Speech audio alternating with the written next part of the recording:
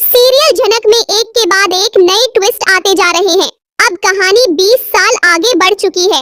इस समय अनिरुद्ध और अर्शी की बेटी मून बड़ी हो चुकी है और अब उसका नाम बदलकर आदिति रख दिया गया है। वहीं दूसरी तरफ झनक और अनिरुद्ध की बेटी भी अब जवान हो चुकी है।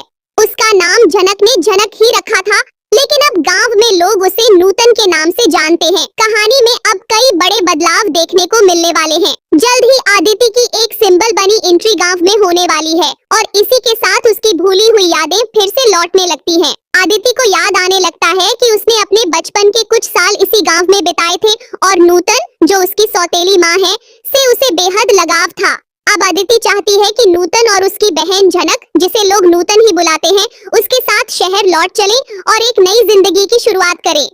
लेकिन नूतन आदिति की बात को मानने से इनकार कर देती है।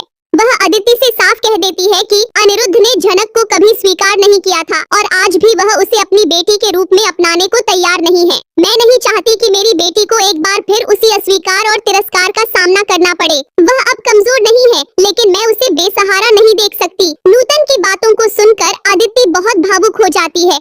उसकी आंखों से आंसू बहने लगते हैं और वह झनक को गले से लगाकर रो पड़ती है। उधर ऋषि, जो आदिति का प्रेमी है, पराशर की तलाश में गांव में इधर उधर घूम रहा होता है। वह नूतन और झनक से भी टकराता है, लेकिन उसे सच्चाई का पता नहीं होता। अब देखना ये है कि क्या नूतन और उसकी बेटी झनक को फिर से मुश्किलों का सामना करना पड़ेगा। क्या आदिति अपने परिवार को एक कर पाएगी और क्या अनिरुद्ध को कभी अपनी बेटी झनक को अपनाने का पछतावा होगा। जानने के लिए जुड़े रहिए झनक के साथ, क्योंकि आगे की कहानी में दिल को छू लेने वाले मोड़ और रिश्तों की गहराई फिर से एक नया रूप लेने वाली है।